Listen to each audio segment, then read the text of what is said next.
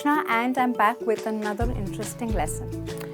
So if I ask you who is the nicest actor in the world, or should I ask you who is the most nicest actor in the world? So is it nicest or most nicest? Well, according to me, it is nicest, but I don't know why a lot of people say the most nicest.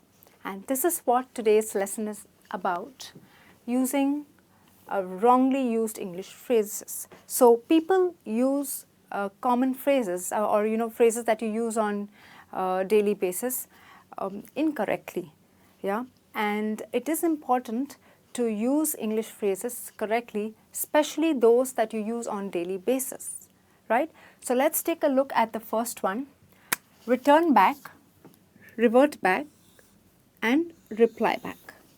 Now, often I receive emails from my clients stating that I will revert back in the next 3 days.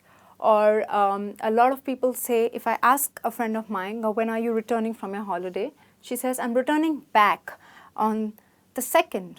So returning back, reverting back, replying back. Okay, I'll reply back later. Now friends, I need to tell you something, that words like return, revert, and reply already have the essence of back. So when you say revert, it means you're going to answer. Okay, you're going to return with an answer, so you needn't use back. Now, this is the most common error people make. So remember, when you use these words that already have the essence of back, do not use reply back, do not use revert back, do not use return back. Just use the word without back, okay? So that's the first common mistake people make. The second one is most essential. Now, the word essential is an adjective.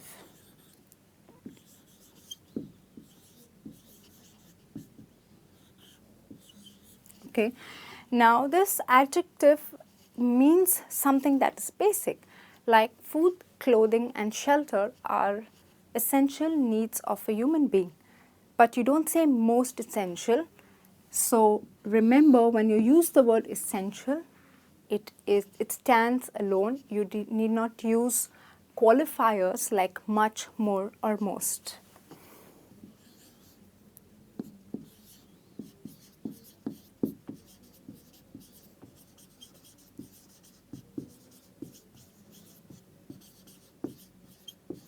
Okay, so avoid using this. Essential is an adjective that stands alone and it means basic. So you needn't use any qualifiers.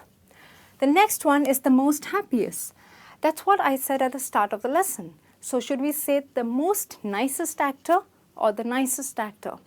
Now I'm going to tell you why do we use only nicest.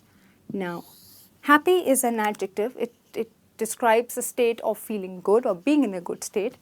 Happy is the positive form, comparative is happier, and the superlative is the happiest. That means it's the highest form of the adjective. So if I say I'm the happiest lady in the world, that means there is no one who is happier than I am, right? So it is already in the superlative. Okay. You do not use most. So we have who's the nicest actor? I'm the happiest lady in the world. Now you may be wondering that we do use most with some adjectives in the superlative degree. Yes friends, we do, but that is only when the adjective does not run into a comparative or a superlative degree. I'll give you an example. I can say Sandra is the prettiest girl in the class. I needn't say most prettiest because it's already in the superlative. You have pretty, prettier, prettiest. Now, if I want to use the adjective beautiful, we do not say beautiful, beautifuler, and beautifulest because it does not change its form. So what we do is we take help of most. So you have beautiful, more beautiful, most beautiful. So when an adjective is stubborn and it does not change, you add more and most to change its form in the comparative and superlative respectively. So remember, this has already gone in the superlative. You do not add most. Okay. So I'll give you another example. So if I ask you, if you're unwell and if I ask you how do you feel, you say, I'm better today. But people say much better today. But you're better, right? From good to better. So do not add these qualifiers. They only come when the adjective does not change its form. Well, the next one is got off scotch-free. Okay, so it's not scotch. Scotch is alcohol. It is scot-free. Okay, so if you get off scot-free, it means that you've done something wrong and you have escaped paying without paying a price. And it's like, you know, he got away with blue murder, that kind of a thing. So imagine if you have not met your deadline and you've still got leave and you've got to go on your vacation. That means you have got off not scotch-free, but scot-free. Okay, so you've escaped without paying a price. So a lot of people use scotch-free. It is not scotch-free. Remember, and scotch is never free. That is one thing, but get off scot-free. Fine. So the word is scot and not scotch.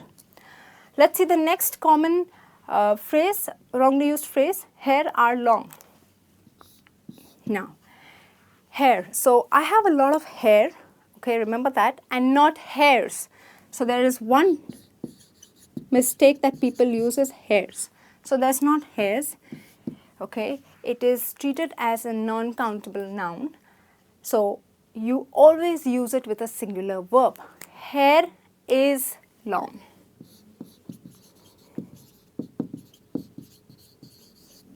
Okay. If you want to talk about someone's hair texture, you do not say hair are soft, you say her hair is soft.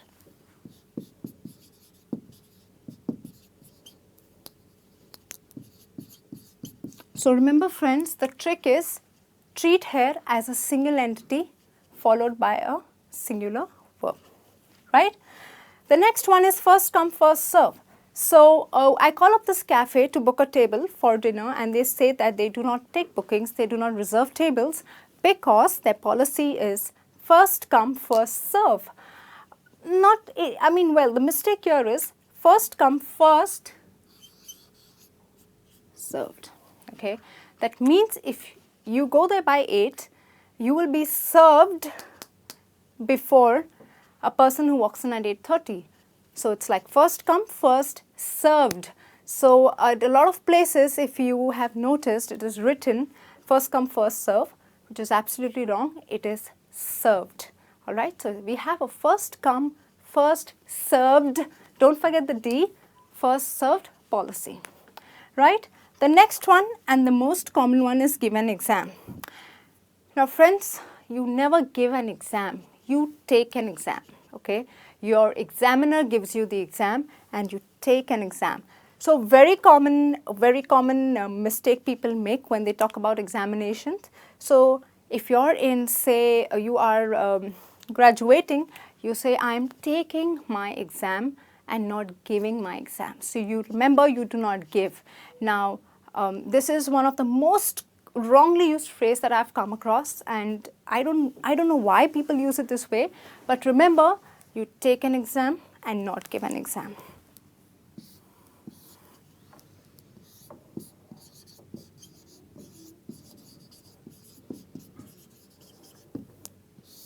So next time you use this expression correctly, you may have people looking at you very awkwardly and weirdly, trying to understand what you're saying, but trust me, you're on the right track when you say, I'm taking an exam. The next one is try and do it. Okay, so try and do it. You don't try and do it, you try to do something. So, okay, so if your friend asks you for a favor and you really want to help her, but you want to tell her that you will make an attempt to, what generally people say is, I'll try and do it for you. So no, you do not say I'll try and do it, I'll try to do it for you.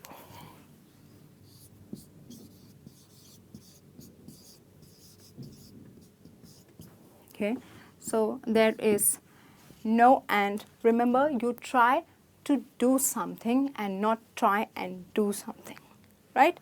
And the last one is on the other hand. Well, this phrase is not wrong, but remember, it has to be used with on one hand. Now I'll give you an example. If my friend keeps cribbing about her job and says she has a lot of work, okay, and she keeps getting a lot of work, so she tells me that I've got a lot of work and I've taken on a new project, so I'm going to tell her, on one hand, okay, on one hand you are complaining about having a lot of work, and on the other hand you have taken more work.